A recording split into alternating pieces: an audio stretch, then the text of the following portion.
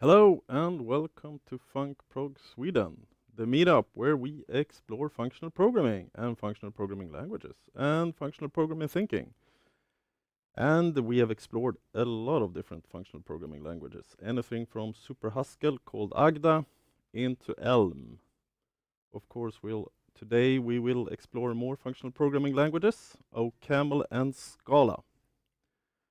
As always, we would like to welcome all new viewers and of course also our recurring viewers of Func Prog Sweden. With that, let's head over to today's agenda. First, short introduction by me, Magnus, and then we'll head over to programming with effect handlers by Sudha, and then after that presentation, we'll head over to how do we optimize Scala build times by Jamie. And today we'll also explore a new thing. We've decided to run a post-show chat on FPS Discord server. So once the live stream is over, make sure to join the Discord server. And there you can ask more questions. Jamie will join the Discord server, so if you have more elaborated questions, please join and you can ask them, or if you just want to meet other people interested in functional programming, that's your opportunity. But first, we would like to thank Adabeat, our video sponsor of this meetup. If you want to know more about Adabeat, head over to adabeat.com or check them out in social media.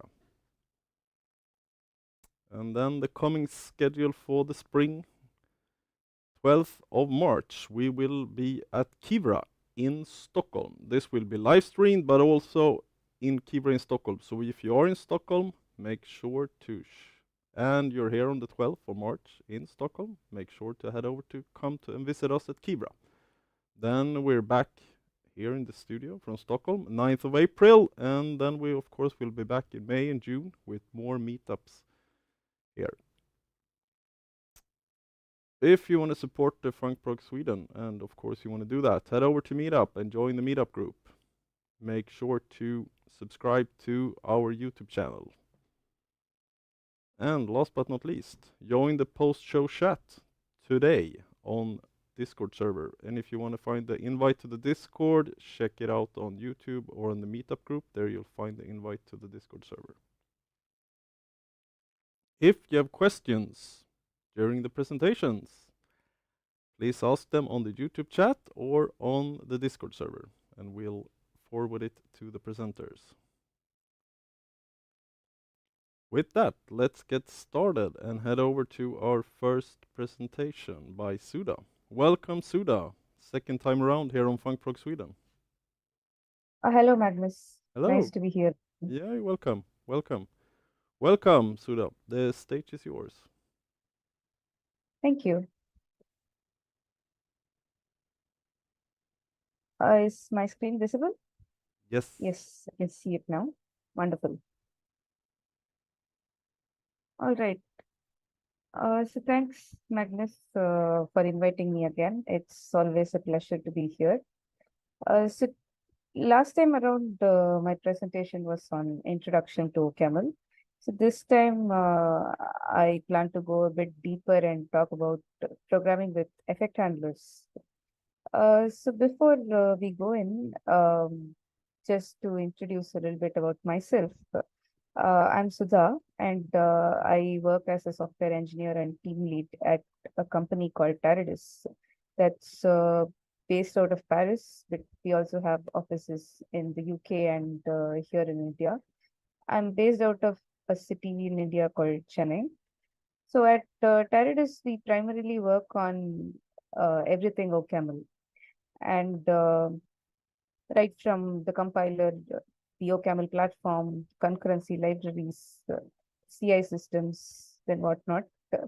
So I lead the multi-core applications team at Tarides, which uses effect handlers and other concurrency constructs to build fundamental libraries for writing concurrency applications in OCaml.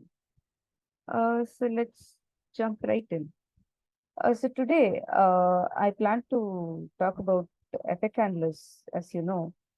We'll look a little bit into how they came about as a programming abstraction.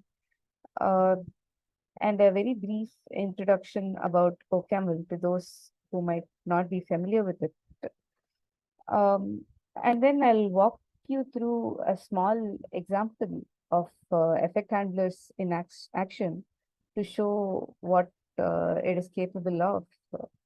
And then this, I believe, is the interesting part where we see how the introduction of effect handlers is shaping the concurrency story of the OCaml ecosystem. We'll also have a little sneak peek into what is possibly coming in future in the OCaml land. So let's jump right in. Okay, so I'm sure some of you might have this question: what effect handlers are? So let me try to explain. So effect handlers are a mechanism for non-linear control flow of programs. So imagine it is something like exception handlers, except that uh, it is capable of resuming the computation from where it was left off. Uh, so essentially, a task is suspended by the computation, and then the effect handler lets it uh, be resumed at a later point via what is known as a delimited continuation. If all this sounds like jargon, I think it'll be more clear when we look at examples. But that also brings us to the question, why should we care about this? Because effect handlers offer us a very nice way to build programming abstractions such as generators or async await or lightweight threads and coroutines. In the OCaml land, at least, these have uh, these have shown to be more user friendly and more programmer friendly in the sense they are easier to debug and they're easier to trace than what their alternatives were, which are monadic concurrency libraries. We'll look at them a little bit too. Um, so how did they come about? So some of you might know that effect handlers are quite popular in the functional programming land. Uh, so OCaml was one of the first mainstream languages to have effect handlers, but it is not the first one. So this concept in itself is not new. It is it's closely related to the concept of shift reset that has been present in the Lisp family of languages, and it's also quite close to what is known as continuation passing style. So people have gone on to show that one can be ported to the other. That is, effect handlers can be ported to continuation passing style and vice versa. So this was the original idea was proposed by Plotkin and Mattia Pretner in 2009, and ever since then, effect handlers and algebraic effects, the theory behind effect handlers, have been an active area of research for quite a bit. And if you look at any major programming language conference, I'm sure you'll find a lot of material related to effect handlers. So it's quite the hot topic in both academia and now that it's also being implemented more and more in mainstream programming languages. And some languages also offer effect handlers as a mechanism through libraries if it's not supported by the compiler as yet. Uh, so there are quite a few languages that support effect handlers in practice. So there is a bunch of research languages that are primarily built as means to show how effect handlers operate in practice. So they are Foca, Effect, and Idris. So Idris has other uses, but it also supports effect handlers. So these these languages in themselves are not used to build real life applications, but they are a very nice way to show how effect handlers work in practice. It is also used as educational languages to help people learn how effect handlers work, but that's not all. Uh, there are mainstream programming languages that support effect handlers. So, OCaml in its OCaml 5.0 release included support for effect handlers. Not only that, just to give you a little bit of history on that, OCaml 5.0 was the first major release of OCaml that had native support for parallelism and concurrency. So, native support for concurrency is achieved through effect handlers, which is supported by the compiler. And back then, OCaml was one of the first mainstream languages to introduce effect handlers. Ever since then, other languages like Haskell and Scala have gone on to implement support for effect handlers. But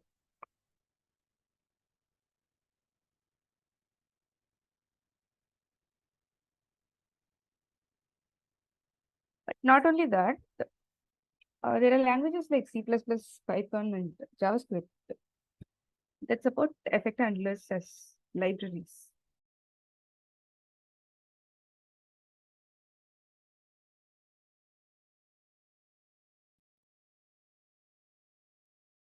Excuse me. Um, so today we are going to focus on OCaml, but the idea itself is quite transferable to other languages that support effect handlers. So, just a little bit of introduction to people who may not be familiar with OCaml. OCaml is an industrial strength functional programming language. It's derived from the ML family of languages, meta language family of languages. So, as I was saying earlier, multi-core support for OCaml landed not too long ago. It is primarily a functional programming language, but it also allows imperative and object-oriented programming. Though I must warn that object-oriented programming is not too popular amongst OCaml programmers.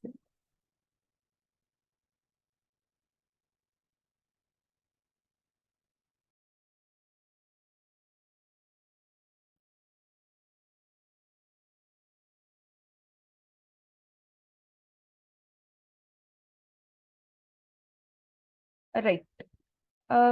So I know people might ask the question, do people actually use OCaml at all? And my answer to that is yes.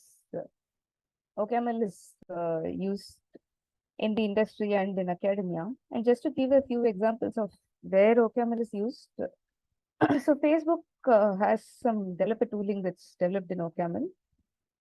And I was talking about Tarides earlier, which is where I work, and we work on the entire stack of OCaml. Not only that, we also develop products with OCaml. Bloomberg has some trading systems that are written in OCaml, is what I hear. Docker uses OCaml, and if you've used Docker for desktop, you have been running OCaml code. Though you may not know it. Ahref is this data company that uses OCaml quite heavily. Microsoft and Microsoft Research use OCaml in a lot of their products. Tezos is this proof of stake blockchain that's entirely written in OCaml. And last but not the least, Jane Street, who probably has the largest OCaml code base, and they work on a huge chunk of OCaml ecosystem themselves. So it is used quite a bit in the industry, and there are a lot of open source projects that are written in OCaml. So Hack is this compiler that's written at Facebook, and MirageOS is this system of unikernels that's entirely written in OCaml. But not only that, Mirage is also a collection of networking libraries that's written in OCaml. Coq excuse me, Coq is this theorem prover that's also written entirely in OCaml. And F star, I believe it's bootstrapped now, but the first version of F star was written in OCaml. So F star is again a verification oriented language. CompCert is a verification framework for GCC compiler, a subset of GCC compiler. That's also written in OCaml. Excuse me.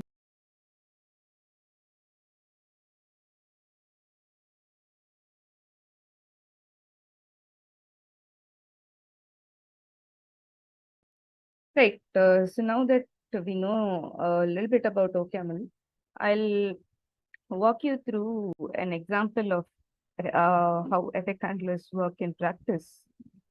I'm gonna share another bunch of slides.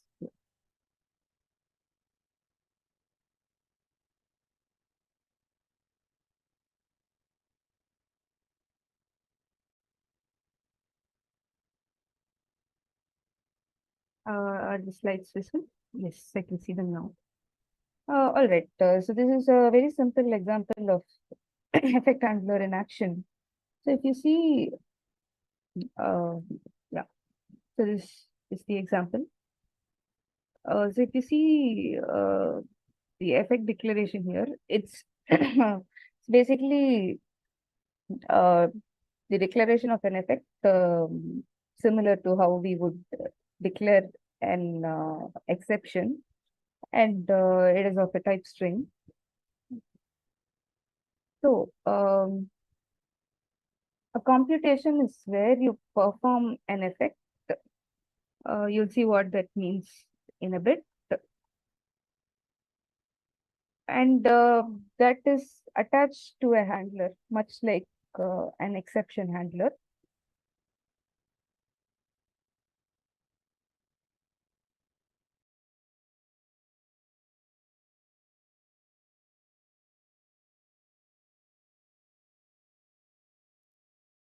So when you call the perform here that you see, what happens is that this perform suspends the current computation. That is, it stalls it from being executed. And what it then does is it looks for a matching handler in the try with example.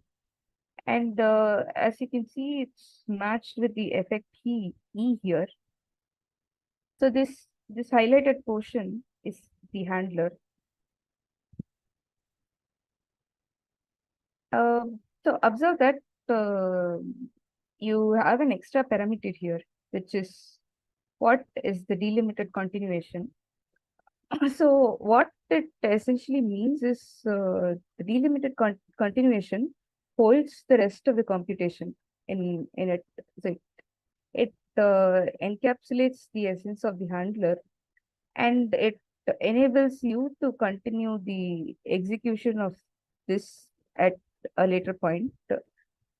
So as you can see, this continue line is what resumes the suspended continuation with the delimited continuation k, and it also needs an argument, which in this case is a string. So it takes the string 2. So what's essentially happening here is we are trying to run this computation. It goes to this print string and it just prints the string 0. And then it goes to the next statement, which is print string, and it tries to perform this effect E. And this perform then looks for the handler. And when it finds the matching handler, it goes on to assume the suspended computation with this argument.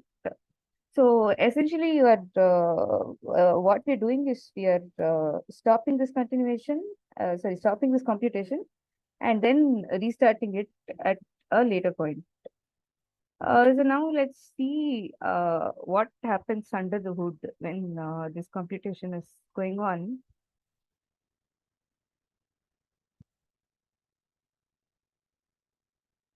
So our program counter is right at the beginning of the computation, and the stack pointer is at the beginning of our main fiber. So fiber is the abstraction that's implemented by the OCaml runtime to simulate, to handle the stack, not simulate. Yeah, and then it goes to the computation comp. What happens now is it allocates a very small piece of stack for this computation, which is called as a fiber, and this holds the piece of stack and the effect handler. This starts with 32 words and it keeps growing in size dynamically. And it also points to the previous fiber, which in this case is the main fiber. So now, when it encounters this effect, it uh, it then goes to this suspended object, which is this delimited continuation, and then we look for a matching matching handler for this in the main fiber. Uh, so and then the main fiber gets a reference to this delimited continuation K, and then it attaches itself to the delimited continuation, right? Uh, and it continues executing. And then what happens is that uh, so there are a reference from the delimited continuation to the fiber comp is deleted because this is a one-shot continuation. What a one-shot continuation means is that one can continue this computation just once, and trying to continue it again would lead to a exception saying this is a continuation that was continued already.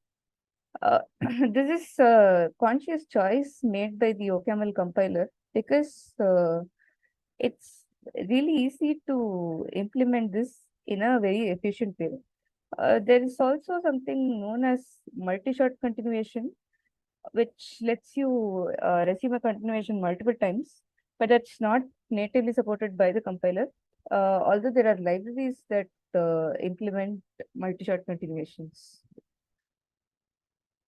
Uh, so once that happens, the con the computation returns to just after the effect was performed, right? Huh. And then, yeah, if you have been observing, we get the final result as expected, which is it prints 0 first, and then it performs the effect E, looks for the handler, and then it prints the string 1, and then it continues uh, the delimited continuation with the input 2, which then goes on to print it with uh, print the string at the statement here with the input to the delimited continuation, which is 2, and then it goes on to print the next statement, which is 3.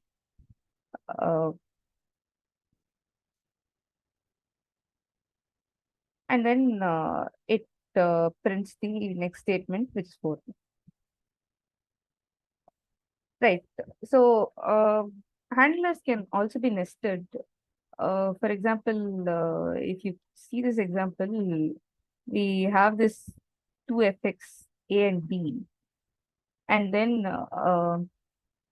we perform A in the function baz, and then we look for effect B in the function baz. So that takes us to a chain of effect handlers with the linking that baz points to bar and then bar points to 2 as its parent. So this it linearly searches through the handlers uh, from when it encounters this effect, and this chain can keep going until the main fiber that that is allocated by the runtime startup. This was a small example of how effect handlers act in practice. I'm going to switch back to my previous slides.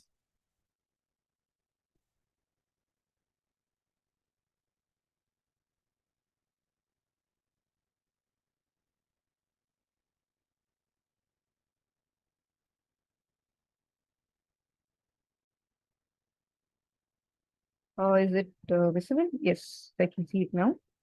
Wonderful. So now that we have a little bit of idea of how effect handlers work, I would encourage people to look at FX examples in OCaml if you're curious to see much larger applications written with effect handlers like schedulers and the backtracking examples and a lot more. But I would like to talk a little bit about how effect handlers and the introduction of effect handlers is shaping the OCaml ecosystem. So OCaml was, as I mentioned earlier, one of the first mainstream languages to introduce effect handlers. Um, so the fiber part is being handled by the runtime itself, and the runtime supports one-shot continuation. As I mentioned earlier, it is possible to implement multi-shot continuations that right now is being done as libraries that live outside the runtime, not by the language runtime itself. Um, so the compiler itself provides an unopinionated interface for the effect handler. So the compiler doesn't enforce a scheduling policy, which means library authors are free to write their own schedulers. So this this gives a lot of room for innovation, and at the same time, it allows for composability for libraries to work with each other. This was again a deliberate choice made for the OCaml compiler, unlike say the Go compiler, which has the concurrency construct baked into the compiler itself, and the scheduling policy also baked into the compiler itself. Right.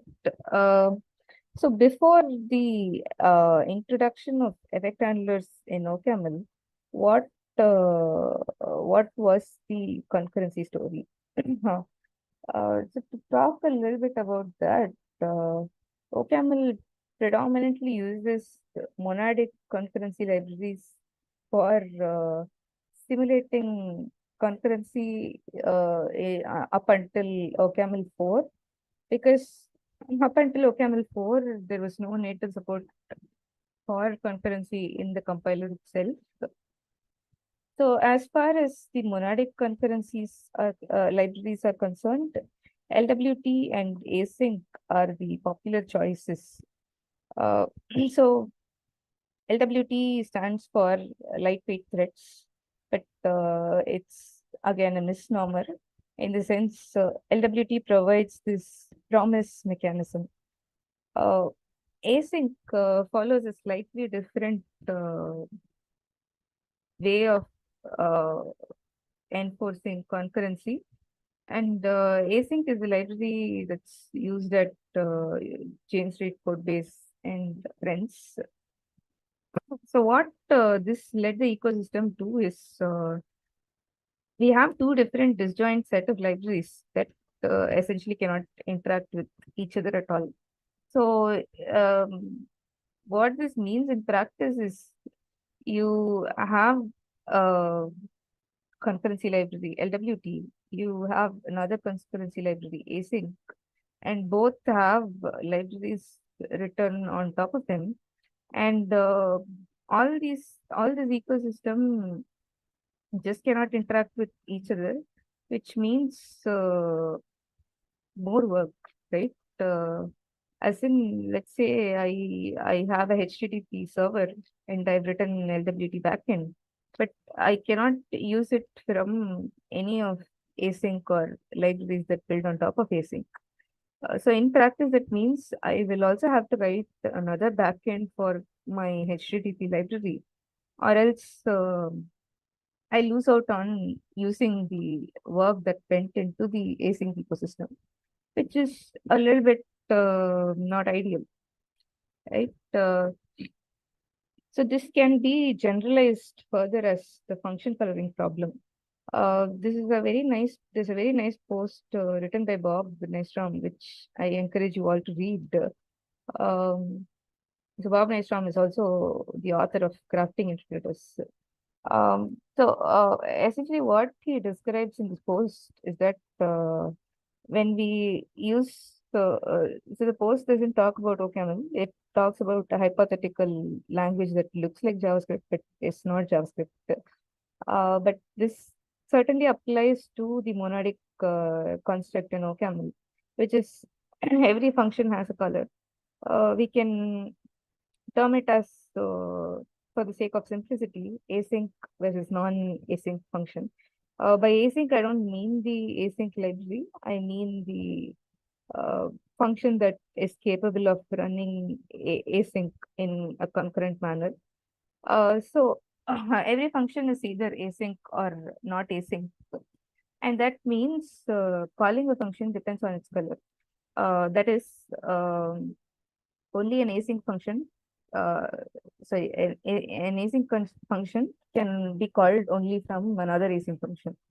And if you want to call it, say, from a function that's not async, you'll have to convert it to an async function before you call it from another async function.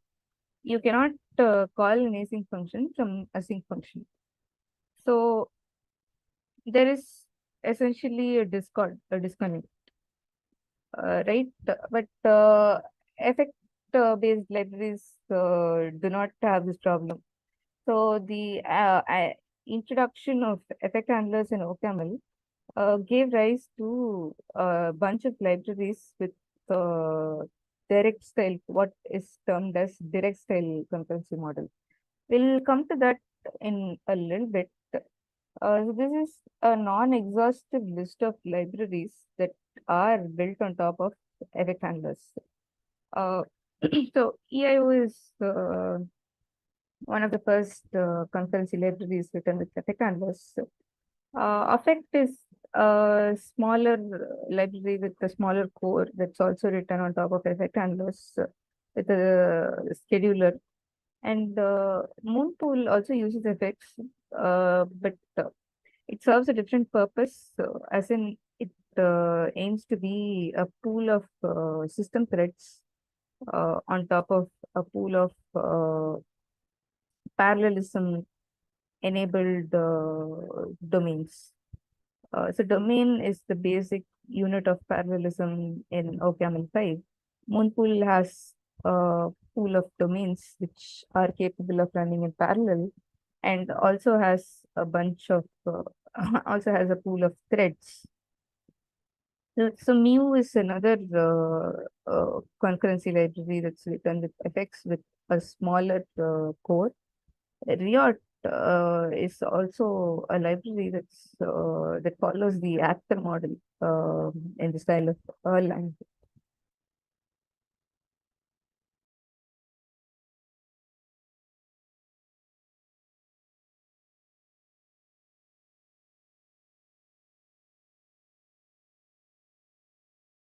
So one might ask, why should I use effects to write concurrency libraries? I'll try to convince you why. It's essentially faster because you don't need heap allocations to simulate stack, and the stack is managed directly by the language runtime. Uh, but in my opinion, that's not the it's not the immediately visible result to someone writing code with concurrency libraries. Of course, you would notice that it's faster, but if the difference is not much. I think one might not notice it immediately unless you're profiling it. Um, but the immediate benefit to someone writing applications with these libraries is that concurrent code can be written in the same style as non-concurrent code. So if you have programmed with OCaml before, you might know that statements are separated by a semicolon. But that's not the case with monadic concurrency libraries, where you need bind to essentially pipe two different function calls. But that's not the case in effect-based libraries, where you can continue writing code in direct style, with where statements are separated by semicolons. So this brings us a real benefit as we use the stack.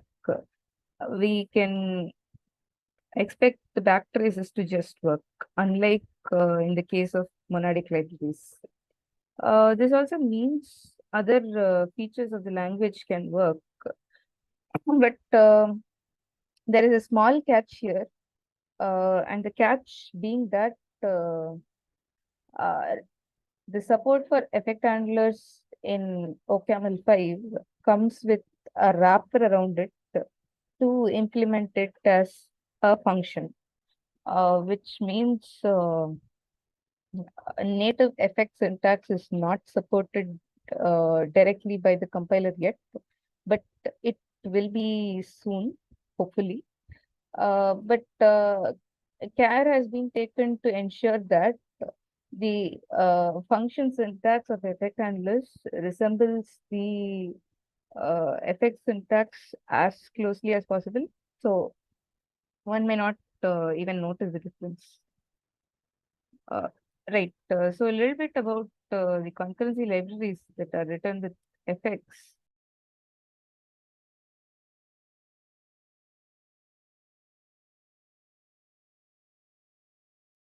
So EIO is one of the first concurrency libraries that was written with effect handlers. The development of EIO started even before the OCaml 5 compiler was released. Uh, so EIO uses effects. Not only that, it uh, includes the capability to use IO Uring on Linux machines. So IO Uring was introduced very recently in kernel terms, possibly, I think a couple years ago or so. Uh, and it has shown a lot of performance benefits in in some in some cases at least. Uh, so it includes the IO Uring backend for Linux, but not only that, it has highly optimized backends for Unix systems. It also has an optimized POSIX backend.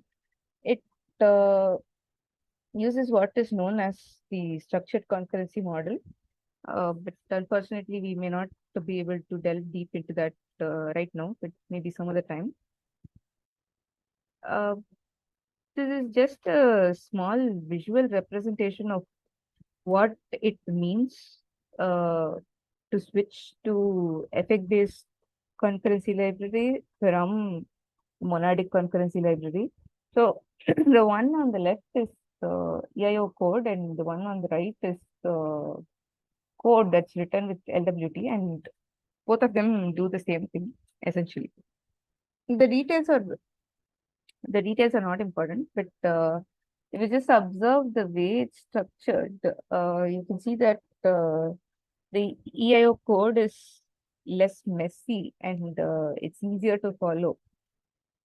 So this is, in my opinion, the tangible benefit of using effect-based libraries over monadic concurrency libraries. Uh, so there are quite a few applications that are built with EIO. But the thing here is also that async and LWT have existed for a long time now, for over 10 years or so. And there's a lot of code that's written with LWT and async. So shifting all of those to the new concurrency construct will definitely take time. It's certainly not going to happen overnight, but it's happening slowly. So some examples of applications that are built with EIO, I've listed them here. So Ermin is this key value store that's written entirely in OCaml. It's also the storage backend used by the Tezos blockchain. And recently, Ermin has an experimental port that works on EIO.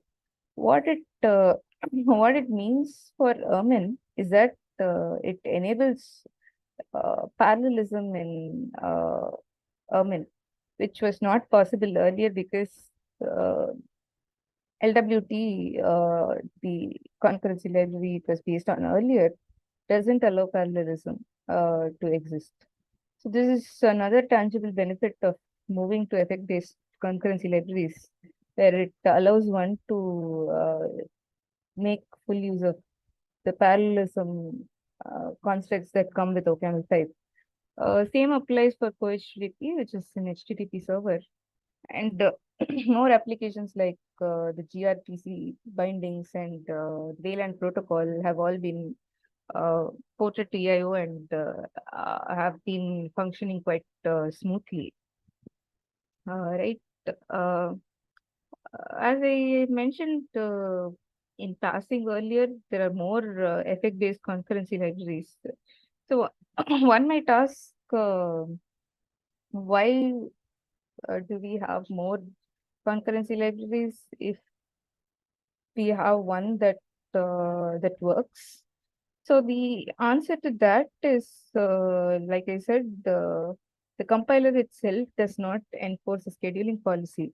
So what happened is that the community and programmers who want to write schedulers have different use of those schedulers. So it's conceivable that one scheduling policy chosen by, say, EIO may not be beneficial to me if what I want to do is something else. So EIO uses a round robin scheduling policy, but I may want to use something else. Uh, so this Riot, for example, uses an actor-based concurrency model, and Mu uses a simpler scheduler, which is just a FIFO scheduler, I believe. I may be wrong here, to execute parallel tasks. Moonpool is another library that's implemented with FX. It has a pool of what is known as system threads. So OCaml has a legacy system threads, which is just a wrapper around the P thread that's used for concurrency. That is still used for concurrency, but it was meant to be used as a concurrency construct in OCaml 4 and earlier versions. Um, so threads are capable of running concurrently, but they are not capable of running in parallel. That's the difference between a thread and a domain in OCaml 5. So Moonpool provides a way to have a pool of both threads and domains. So as you can see, all these libraries serve different purposes. So it's entirely conceivable that they all have uses of their own, and they tend to coexist. But this again has a risk of what we saw earlier. So it's very cool that the compiler provides us the flexibility to build stuff that works well for us. But there's also the risk of having a divided ecosystem. So again, there's a possibility of having these entirely incompatible set of libraries that continue to exist, but just cannot make use of each other. This again means it's just more and more work of having to port similar libraries to different backends. So what we need here is something to unify all of these, right? Uh, this is something we identified early on when all these libraries were starting to develop. And we have had quite a few proposals on how to go about doing that. So the first proposal was quite a simple one, where we have two effects, suspend and resume. So suspend stops the scheduler from running, and sorry, a task in a scheduler from running, and resumes that particular task. In the meanwhile, other tasks can continue running. So this uh, would enable the whole scheduler itself to keep functioning and not being blocked. Um, this means also all the concurrency libraries that want to use suspend and resume should just add effect handler to handle these particular effects. And this in turn can be used to implement other constructs such as mvars or mutexes and channels and etc. So that can be used to communicate between different schedulers. Sorry. So the other proposal was domain local await, um, which does not use effect, which has domain local variables to keep track of communicating between domains. And So these were the first versions of the proposal, and the more refined proposal that's getting close to reality is this PCOS, which is basically interoperable effect-based concurrency library. What it offers is a framework for building other concurrency libraries. And since all of these libraries are built on the same building blocks, it makes them compatible with each other, right? So this is a very nice piece of work to make sure that we don't have a divided ecosystem. And it is also ambitious in the sense that it tries to solve some of the problems we had on other concurrency libraries with respect to, say, things like cancellation, where it's just hard to arrive at something which works well in each and every scenario. Uh, so the hope this is work in progress, and the hope is that we use this as a building block to build other concurrency libraries that can interoperate with each other. Uh, this is beneficial for, say, for example, so EIO is this input-output library which lets you do async IO. And we have another library called domain slib, which provides functionality for work stealing to implement parallelism. And it's entirely possible that I want to write an application that makes use of both of these. But in the state it is right now, um, it's hard for one to use both of them together in a single application because they have very different notion of internal tasks. But if we were to say port them to use PCOS and build them on top of PCOS primitives, it would be very straightforward to use them together because there would be a way to communicate between them, and they would be built on top of the same abstractions, which is PCOS fiber, right? So This brings us to what is coming in the future for OCaml and FX. And PCOS is right now being worked on. And once we have gotten to a point where the design of PCOS is stable, we can go on to move all the libraries to be built on top of PCOS.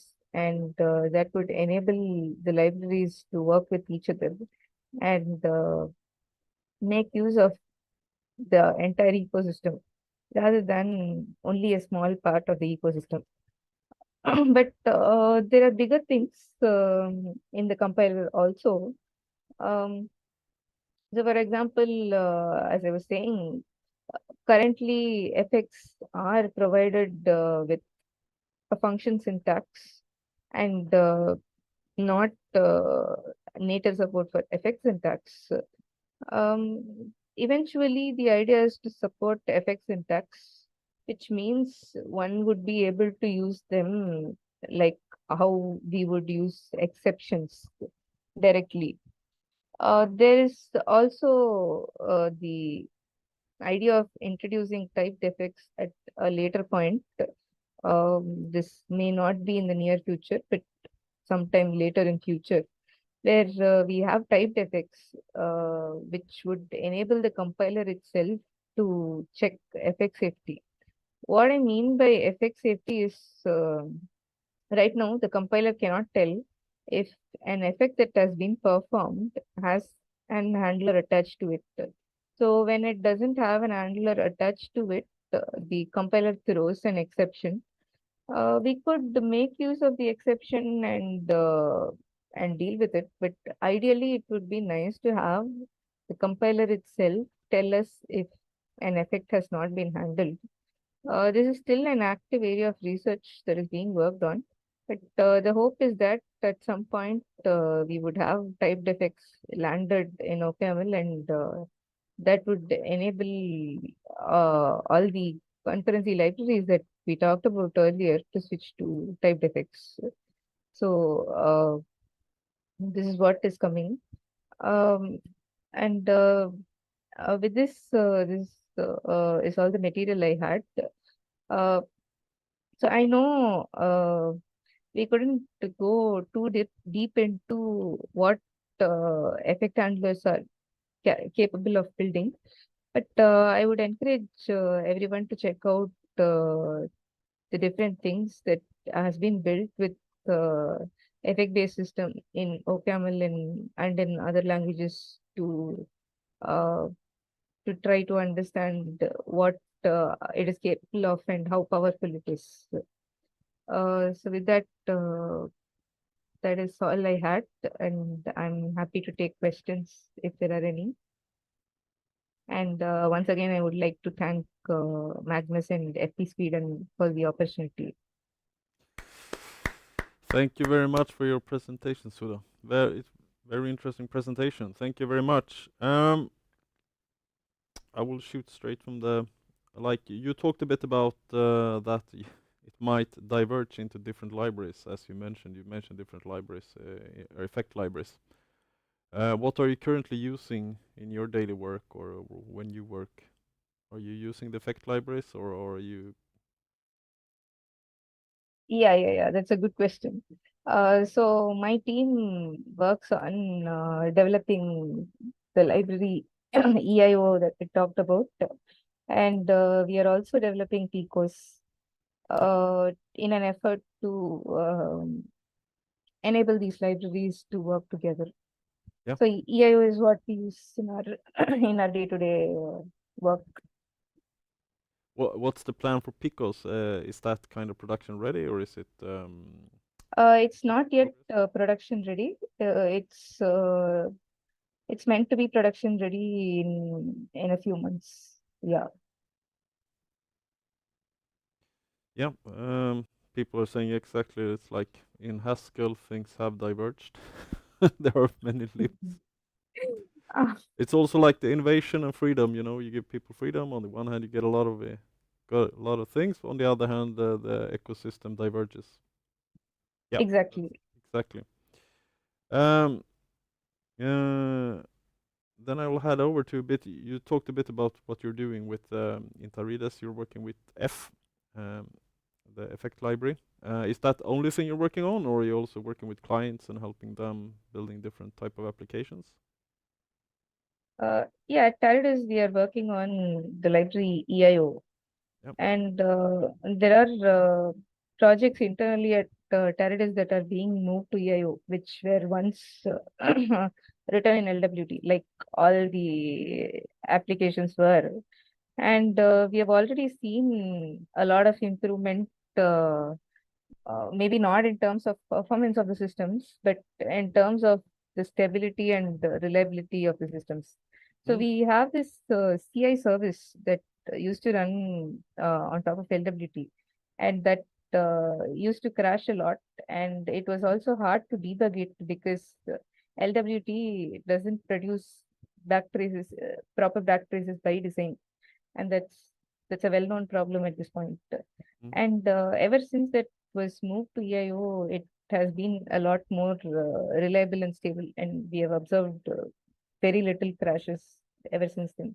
So that was a win.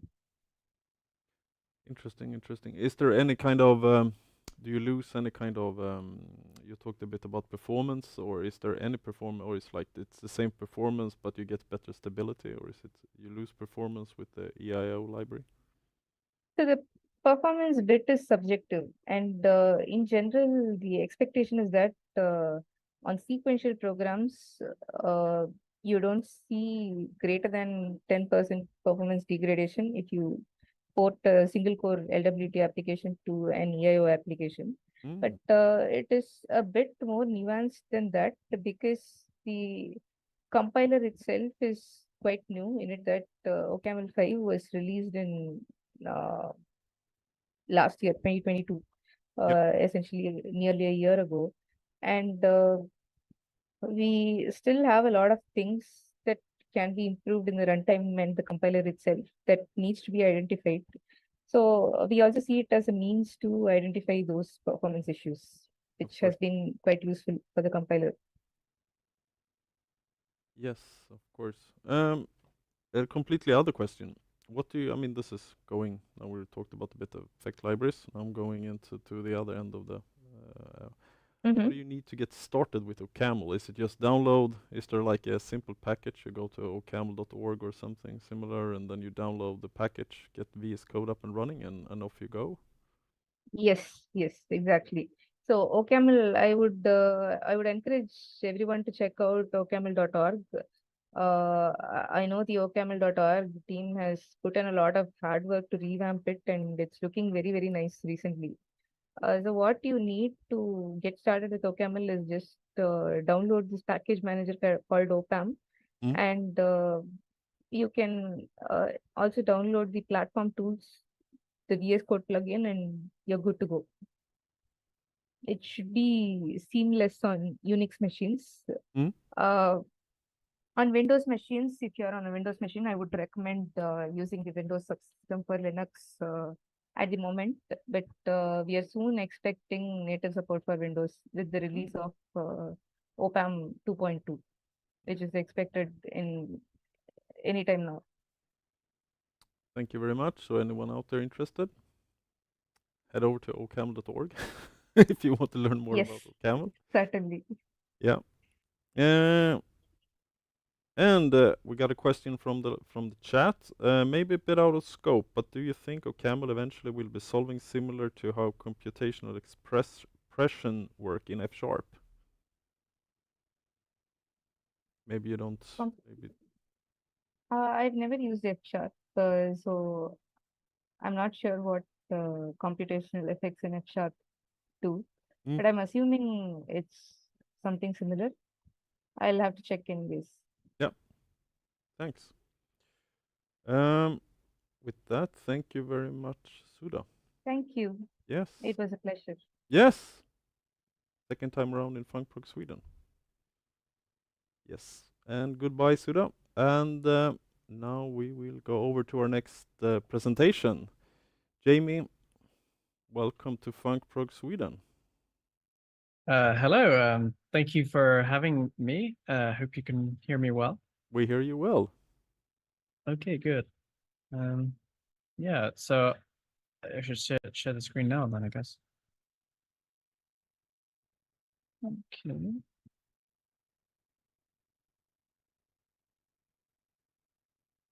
Yeah, so my name's Jamie. I work at this Scala Center, which is free, basically a non-profit that supports the Scala language. And I want to talk to you today about how basically how the standard ecosystem tools that a developer gets, how does that improve the speed of Scala builds? And if you, let's see, yeah. So just a little taste of Scala. It is a programming language in the sort of functional space. It runs on Java Virtual Machine, but we also have a JavaScript runtime and a native runtime that's based on LLVM. And this is kind of an example of some code that uses purely functional effects to describe a web server that, I don't know, has two concurrent ways to fetch the weather that it races. And here's a sort of another example where we have some simple data structure. This demonstrates the metaprogramming capabilities of Scala because we declare this pet structure derives the codec type class, and that allows us to generate some JSON. The point being is that Scala has a lot of machinery inside of it, inside the compiler, including over 100 separate phases of transformation that it goes through from the source code into the final products of the program. These 100 phases are fused together, so it mainly is only about 10 actual traversals of the tree. But anyway, moving on. I would like to talk to you about just an overview of how do we build Scala projects, and then what are the steps that the build tools take so that it doesn't take so long every single time you build the code, or even how to optimize building the project from the first time you ever try to build it. And if you are used to using Scala, then I'll have some tips of how you can arrange your projects so that they can take advantage of the CPU to build more efficiently. So like I said, I work for the Scala Center. We are a non-profit organization based at EPFL, which is a federal university in Switzerland. And we support the open source ecosystem for Scala and also provide free educational materials. We also sort of manage the community, acting as a sort of bridge between industry players such as Disney streaming. So that includes Disney Plus, I guess. And then there's some other names like Lego or Spotify. There are some companies that use Scala. And then we have, over 1 million separate sort of projects that exist in the open source ecosystem that have been uploaded. So there's a lot of activity in the open source that we're trying to improve. And basically we try and improve the life of developers by making their tools faster and easier to use. And this is our team. We're very small. And we are funded by donations. So we are currently looking for more industrial partners. So I don't know, if you like using Scala, consider talking to your employer if you work for a company about the Scala Center, what can be done there. Anyway, so the main agenda, I'm going to say, let's talk about how we build a Scala project. And as a sort of heads up, I will be talking about optimization. So just bear in mind that all machines are different, and it's not good to hyper focus on specific ways you can optimize a build just because what works on your machine might not work on someone else's machine, etc. So let's dive in. Let's imagine that you have a sort of simple web server. It's basically a small module with about 50 files and a few library dependencies. And it's going to take some time to compile. This is a typical way you'd build our program. You run Scala, run web service, and then what's going to happen when you click this command? You're going to see this compiling project, which is basically just a one-time job where we start fetching dependencies, and we might run some source generators. For example, if you use protobuf, maybe you want to generate some code from a schema. This is only going to happen one time every time you sort of change the configuration of your project. So this is almost like a free amortized cost. If you don't keep changing your project, then this only happens once. Then we get to the real meat or the body of what's going on, is that we're actually compiling the code. And this is the slowest part of everything because, you know, building code is something that happens every time. When you make a change, you have to rebuild the code.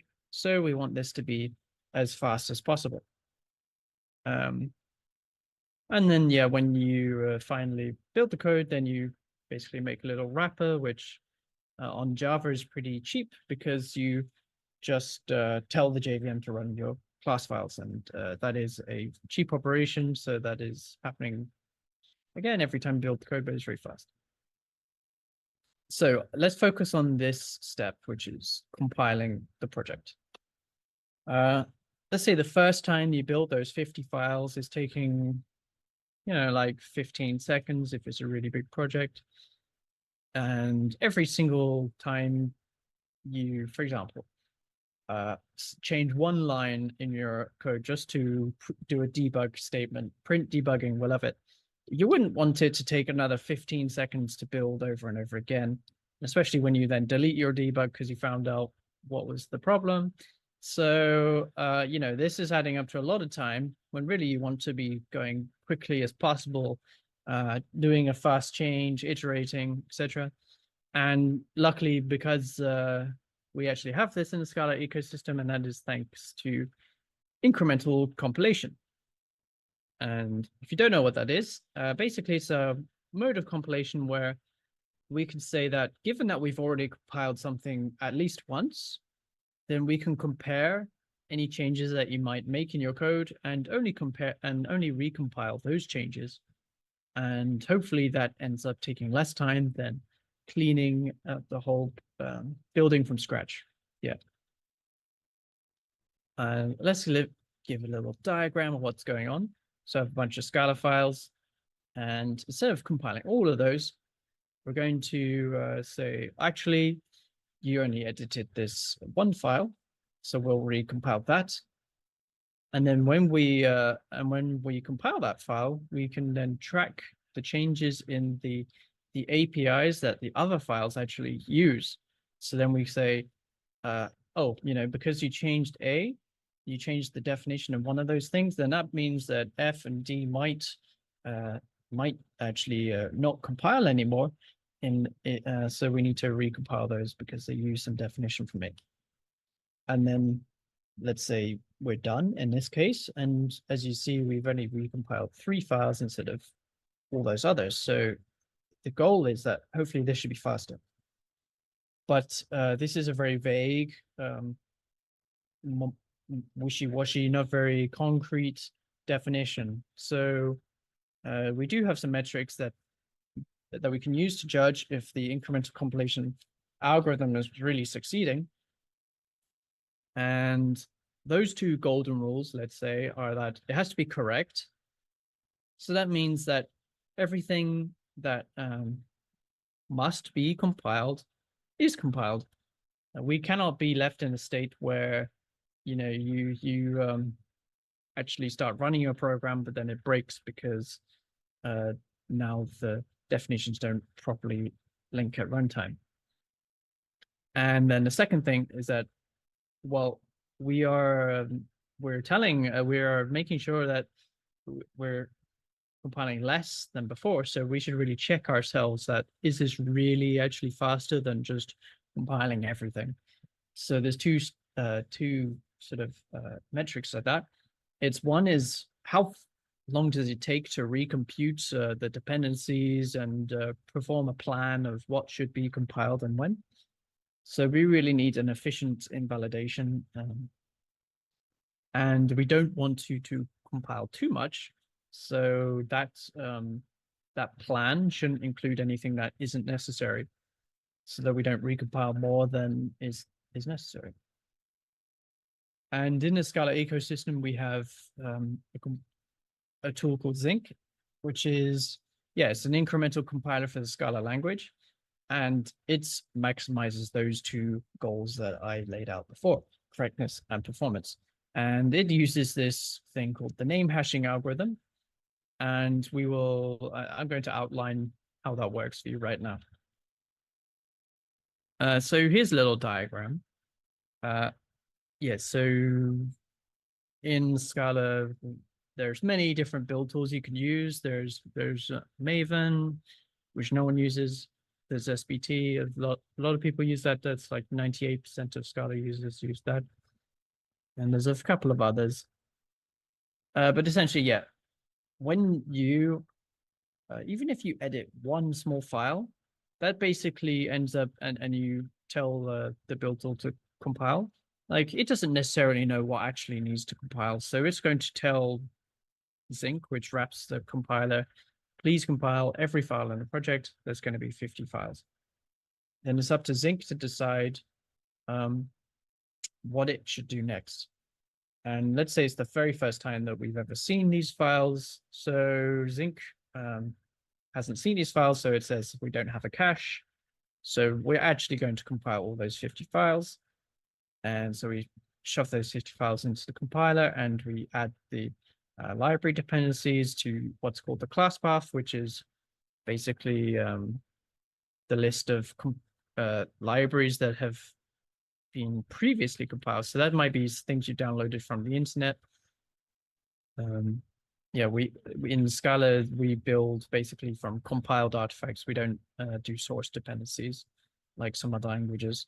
So yeah, inside this jar, we'll basically have class files and tasty files. These are the final products of the compiler, not source files. Yeah, so once we compile all those 50 files, then we're going to get those class files into this class path, which is like this cloud thing in the corner. And Zinc will produce this analysis data structure, which is basically is stored on the file system. It's this cache, so that even if you shut down the computer and reboot it the next day, that cache will still exist. Then, yeah, once it's produced that one time, there's one run of compilation, then we're going to say the build is finished. And then let's say you edit one file again and tell the build tool to run. Then it's again going to say, oh yeah, compile everything to Zinc. But now Zinc knows, because it has that analysis, that it can compare the source files with this analysis and say, actually, some bytes in the A file changed, so we're only going to compile that one file. And then the way this works is that we can reuse the products of the previous compilation, which is this this cloud down in the corner. So those are all the files that were compiled before, and then yeah, Scala knows how to read those so that we can basically only process one file. And then we're going to produce a newer version of this A class and update the analysis with the changes in its API. And then this is still in the same like build command. So after we built that one A file, then Zinc checks inside this analysis and says, oh, right, actually, these files D and F, they use some definitions that changed in the A Scala file. So we need to double check that the program's still safe and correct. So we should recompile those D and F files. And yeah, in the same process as before, we reuse the previous compilation, feed it in, and we compile those two files, and we can update the analysis, and then Zinc will compare the analysis again, say, actually, there's nothing else to do. So then we go back to the build tool and say, our build command is done. So hopefully this step where we actually did 2 runs of compilation, first A and then D and F. Yeah, the goal is that that should be faster than compiling everything.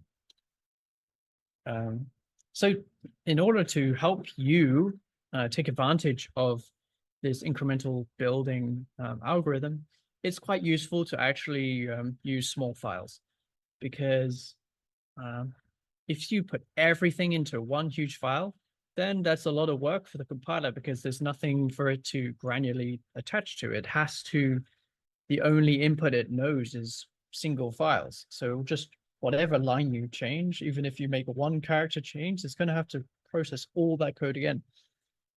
So it's really useful for you to split up your code, just for even, good practices, just so that you can understand the code base. It's good to split up your code anyway, but it actually has a benefit to building your code, because the more small files you have, then the less inputs need to go into the compiler, and it means that you have a more fine-grained graph of dependencies, such that, yeah, if you only change one little definition in one small file, and perhaps it's only used by another small file over here, then that's a lot less work. So it's a good idea to use smaller files. So now let's have a look at this analysis jar. And this is going to be this is the cache that's on the file system that Zinc uses to judge what should be recompiled. And it's basically made of 3 components. There's stamps. So think of that like timestamps. And it also records the hash of the structure of a file. So it's it doesn't know anything about the structure of a Scala program. It just knows the bytes. It's just a cache of like what bytes were in this file. In a very efficient way. It's just a small string, like a hash code. Then there's a separate structure which is more complicated, which is the APIs, and that stores the signatures, the public signatures of every definition in the entire program, in the entire class path. So yeah, it's a more simplified form than the real Scala type system, but it's enough to basically track what things are necessary to recompile. Then the final structure is dependencies. And that basically says like this file depends on this name that it found in that file. And that's how we build the graph of and the plan of what should be recompiled, by comparing APIs that changed, seeing the dependencies from that API, and that gives us a plan of what should be recompiled. Yeah, so going in more detail, looking at stamps, this is what tells us that the A Scala file has changed on a file system, so perhaps it has introduced some breaking changes, so we should recompile that. Because of course, if you don't change any files at all, then nothing should happen, because all the files will have the same bytes, so nothing will happen. Then yeah, the API structure is we're recording a very simplified version of the code. So we'll just say there's this class A and it has a few methods or some fields inside, but we don't care about the method bodies or what's inside those definitions. We only care about what is publicly visible, basically like what would break compilation if it changed. So yeah, and then we actually collapse all these methods together. So let's say we have 3 overloads of foo, and all we record in the end is just this hash of the combination of foos, because if you have a source dependency on, all you know is that you called a method foo with some arguments, but you don't know which foo it was, because perhaps in the next time you recompile, you've actually added a new overload of foo, which takes the same number of arguments, but now it's more specific, so you have to choose a different one. So it's only useful to basically say that there exists some foo, and we collapse all the signatures together into this one hash. Yeah, and like they say that if you add a new overload or you change the type of a parameter or you change the result type, then it's going to change that hash. And then you know that you really have to recompile anything that used the foo from A. And then the other side of that is these dependencies. And that really tracks very simple things, just that, if a class inherits from some other class or some class uses some method, and we don't actually care where that name came from, because we have, because of source and for example, there's many different ways you can depend on a name foo.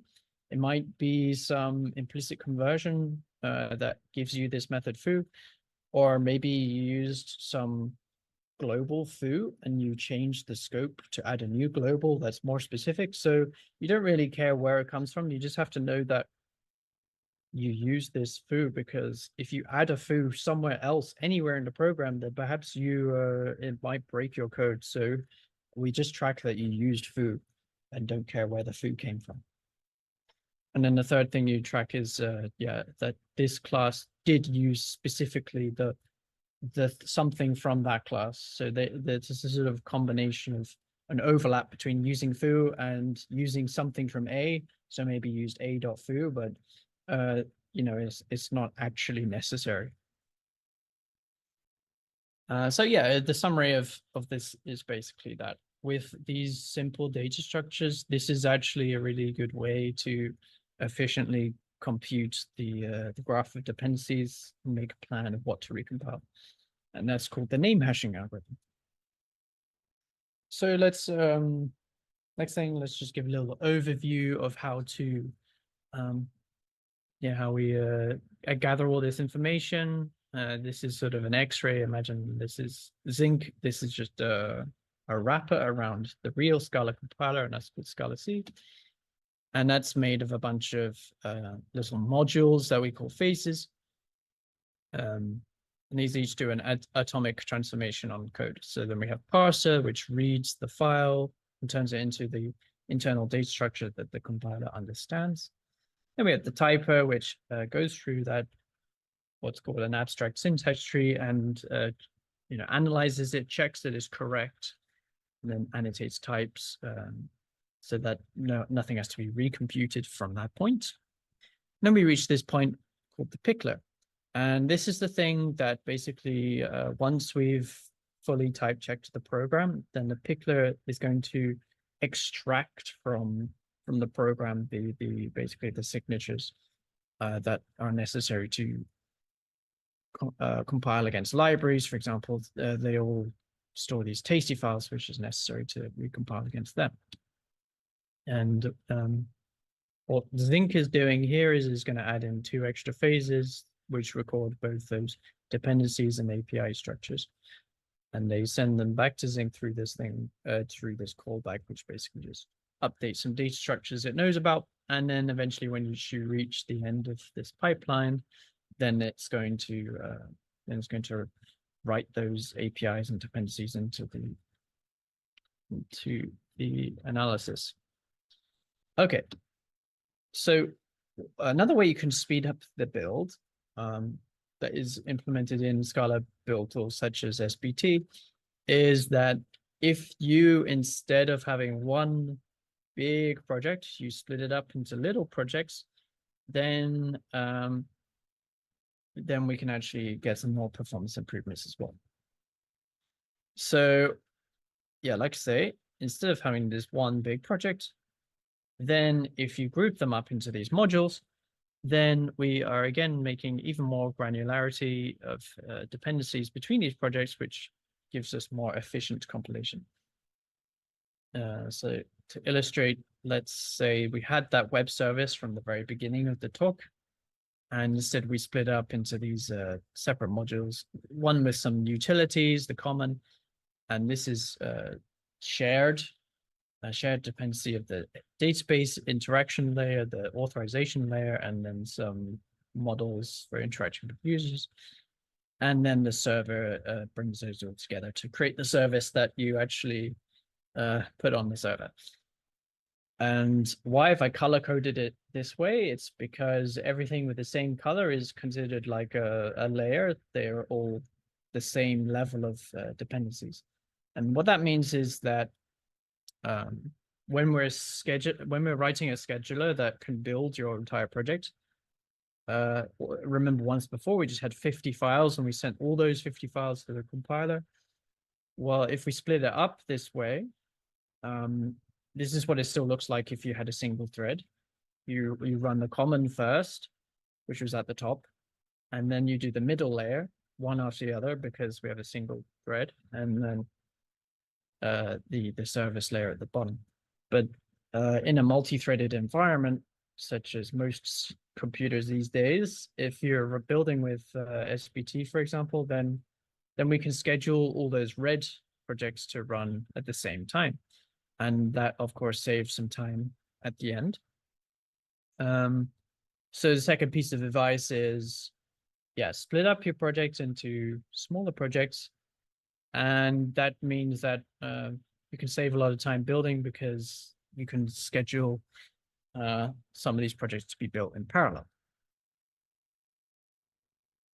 And one of the things I'm working on right now at the Scala Center is to make an even better scheduling model for this, which is called a pipelined build.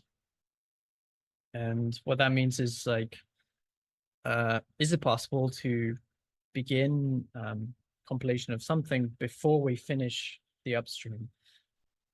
And yeah, in the Scala world, this has been explored for about six to 10 years at this point, but it's never really been stabilized. And I'm really hoping that we can improve that in the future. So I have a pull request currently, the .e repository, and I hope it could be merged in the next couple of weeks. So that will add support for the so-called pipeline builds for the SBT build tool. But yeah, what is it? So let's say we had, again, this is some project that is being built in a multi-threaded environment. So, but because they depend on each other in this sort of chain where we have C depending on B, which depends on A, then they have to be all scheduled to run sequentially. And this is a problem because there is a better way to use the CPU's resources by pipelining, that is. So if you turned on pipelining, then actually suddenly we can start the compilation of project B before project A is finished, and then C before project B is finished. And the way this works is because we only need to run the compiler up to the point where we have that pickler phase that writes the signatures. And then at that point, then that's all that is needed to start compiling the project B, because it reads those signatures, nothing else. So the project 4 can continue like doing its transformations and lowering to the runtime model, but project B doesn't need to know about that, so it can start earlier. And here's a little experiment I did while compiling the Scala 3 compiler itself. This is basically I've recorded. I did some profiling so I could record the how long it took to run through all the projects that are necessary to build the Scala 3 compiler.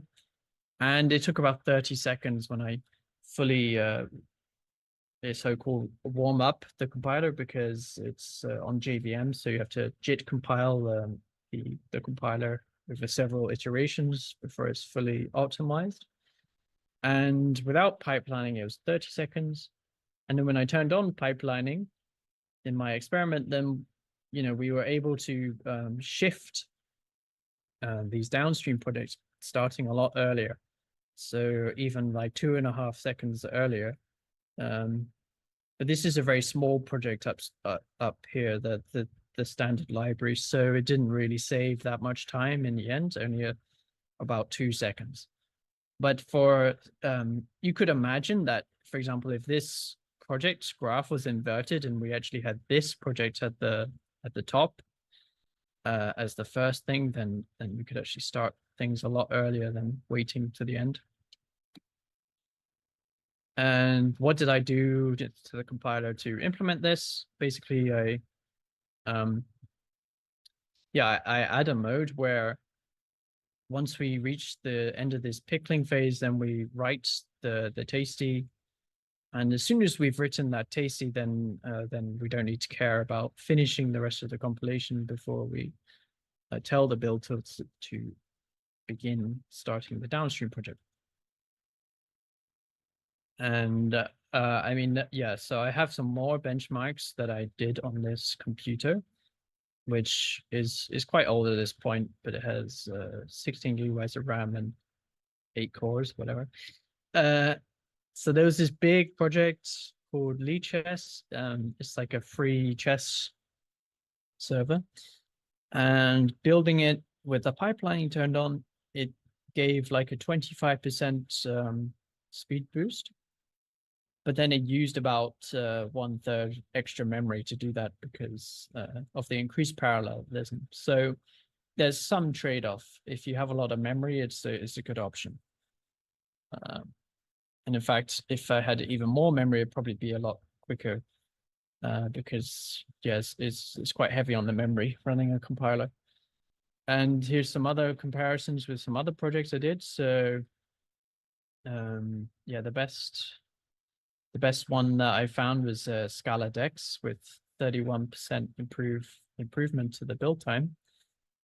And if we look at the structure of the project, then it becomes clear why there's such improvement. Is because there's 4 levels of dependencies between the most common and the base.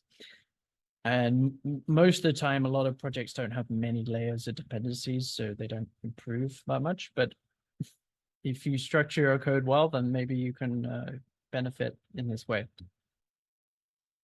One project that really doesn't benefit at all is the Guardian newspaper. They have this, their website is built with Scala, but the problem is that they have so many of these tiny little modules in between the common and what's called preview, which I think is the thing that assembles everything together, that when you turn on the pipelining, there's not enough threads to really benefit from the parallelism at all. So sure, when you turn it on, the pink stuff starts before common finishes, but then because of the scheduler is completely starved, then you end up actually finishing common last out of everything, and it doesn't improve the build time at all. So yeah, maybe it works to have a lot of small projects, but you know, sometimes it won't actually improve the speed of your build. And now I'll talk about another thing I did work on before Christmas, which really does feel like a leap ahead. It's something called outline compilation.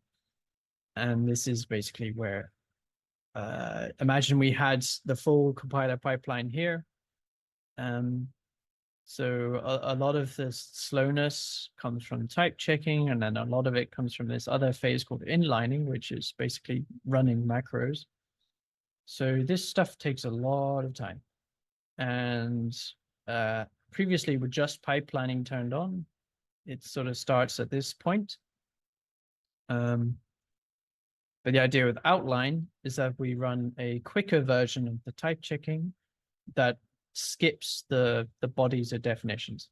So we just literally don't even read the bodies of definitions, and that speeds up type checking a lot.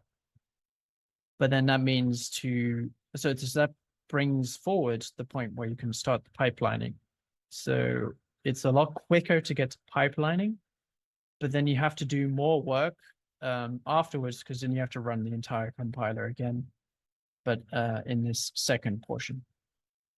But one of the benefits of doing it after we reach that magical pipelining point is that we can instead run that second phase in batch in parallel. So we can split up the source files into several pieces, and then each little bit will be able to still see the entire class buffer definitions that were found in this initial phase. So in theory, this should make a lot more save time because, but it really depends on the scheduler that you have. So here's the experiment I did again with Scala 3 compiling itself. This is without pipelining and without outlining. And then when I turned on pipelining and outlining, then we got this massive, massive speed boost, basically cutting it down by 10 seconds or 1/3. And we can have a little analysis of what's going on here. So really, this tasty core project can start almost a whole 4 seconds earlier than before. But then the library does actually take a little bit longer to compile than it did before.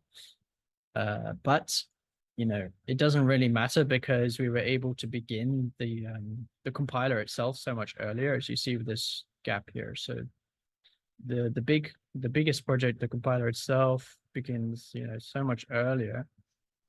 And then if you compare this yellow line, that's the type checking. It runs in actually only 2.5 seconds for this outline mode, whereas before it was running up to, what's that, like 10 seconds. So it's so much faster to run this, and then when you run the back end of it in batch, then it really improves the speed. But yeah, this kind of experimental how many batches you want to run, because the JVM needs a lot of threads to, for example, run garbage collection. And if you just fill up all your threads with these batch compilation tasks, then it really slows it down.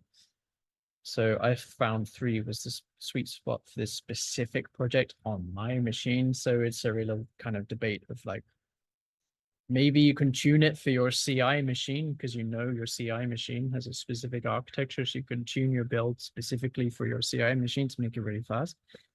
It's kind of an exciting development. So yeah, the raw numbers without any pipelining or outlining, it takes 30 seconds on the fastest warmed up JVM I could get, and 19.5 seconds with all the outline turned on, which is 1.5x speed up, or like, yeah, a whole cutting out 1/3 of the build time. So that's a really nice speed up, I think. And depending on which kind of project you have, there's definitely possibility for way more benefit. And you can obviously, I tried to make it such that the settings are all exposed, so you can really fine-grain tune for each specific project. Yeah, so I also have a pull request with the pipelining, but with the outline compilation. But I think that's going to take a lot more time to refine. But yeah, when the pipelining comes out, I hope people use it. So keep an eye out if you're a fan of Scala 3. And you can try this out on Scala 2 as well. Support has been there since like 2021, I think. So if you know the SBT build tool, there's just this setting called use pipelining, set it to true, and then it works on Scala 2. So yeah, that was kind of that for me. So yeah, does anyone have the questions? Yeah, we got one question actually here. Thank you very much also for your presentation. It's very interesting to see. I mean, this is a topic I guess you can go on for a lifetime, just scratching off seconds on the, pushing left to the left. It's maddening. Yeah, it is exciting. I mean, you can really go into it. Is lowering to JVM bytecode just super fast? The only other compiler I know ends up spending most of its time waiting for LLVM. Yes, so to compare against like Rust or something, or even Scala native, in comparison, JVM compilation is quite fast because it doesn't do a lot of work of optimization, and it leaves all the optimization up to the runtime of the JVM. So yeah, it is faster in some ways, but people do still complain about compile times with Scala. But yeah, the reason is a lot faster is just because the class file format is more like a simplified version of the program, but it still looks like code. It's not really that low level. Okay, interesting. Have you set any goal, like this is what we want to come down in Scala and compiling Scala? Or is it just we're gonna keep on what do you call it, optimize? So my projects for the year are to one, land that pipelining, hopefully onto do the outline as well. But there's a lot of debate about architecturally what's the best way to do it. I mean, one of the ways that people are figuring out if you got enough money is to host such a so-called build cache, which is where you have like basically if you have a billion line code base, then you actually build all the code, upload it to the internet, and then someone only has to check out a small bit of it and compare against that. And that's another way, but yeah, you need to pay for hosting, I guess. So that's one way to do it. And then there's also like this level of parallelism. It's quite hard. It's a hard problem to do parallelism because there's so much mutability in the compiler that you have to look at other ways of sort of approaching the problem or maybe even re-architecting things. So it's quite difficult. And micro optimization is also hard because you think you fix something in one way and then it ends up like, I don't know, you end up reading memory and invalidating cache a lot more, even though you don't allocate on the heap as much. I don't know. There's a lot of tricky things to figure out that. But my plan is to probably spend 30% of the year at least on this. Okay, so there you go. We'll expect more optimization then from the build times and everything. Yep. Thank you very much, Jamie, for your presentation. And now, for all the people that are still here and live with us, we'll head over to the Discord server and chat even more with Jamie and the other people. And if you have more elaborated questions, please join there. And I hope Jamie can answer all the tricky questions you have about optimization and compilers. I'll also have some more questions to Jamie actually, but I'll ask them on the Discord server. So with that, thank you very much, everybody, for tonight or today or wherever you are in the world watching right now. So have a nice and pleasant evening or day, and see you next time. Bye.